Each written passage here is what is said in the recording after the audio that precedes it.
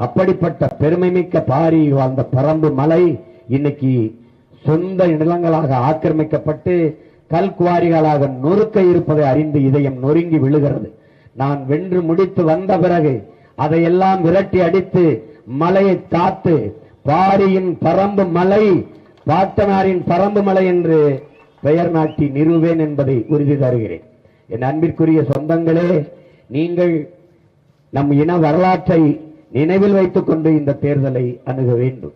நாம் சந்திக்கிற ஒவ்வொரு சிக்கல்கள் என்ன?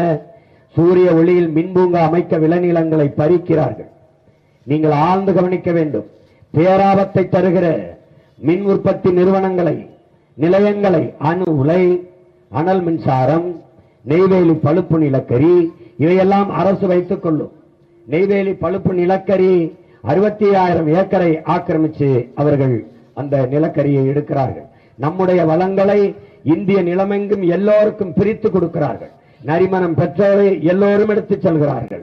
அணு உலையில் தயாரிக்கிற மின்சாரத்தை எல்லாரும் பிரித்துக் கொள்கிறார்கள். ஆனால் மின்சாரத்தை எல்லாரும் பிரித்துக் கொள்கிறார்கள். ஆனால் அவரவருடைய நீர்வளம் அவரவருக்கே என்று பிடிவாதம் பிடிக்கிறார்கள். தமிழர்களின் பேரன்பையும் பெருந்தன்மையும் ஏமாளித்தனம், எளிச்சவாய்த்தனம் என்று கருதுகிறார்கள். இதை நீங்கள் நன்கு எண்ணி பார்க்க வேண்டும். இவர்கள் தீர்ந்து விடுகிற வளங்களை கட்டிக்கொண்டு அழுகிறார்கள். சீமானும் அவன் தம்பி தங்கைகளும் வளர்ச்சிக்கு எதிராக இருக்கிறார்கள் என்று ஒரு வரட்டு வாதத்தை முன்வைப்பார்கள். நாங்கள் வளர்ச்சிக்கு எதிரானவர்கள் அல்ல, வளர்ச்சி என்கிற பெயரில் எங்களை வீழ்ச்சியுற வைப்பதற்கு எதிரானவர்கள். நாங்கள் மின்சாரம் தயாரிக்க மாற்று வழி இல்லையா? இருக்கிறது என்பதை நாங்களே முன்வைக்கிறோம்.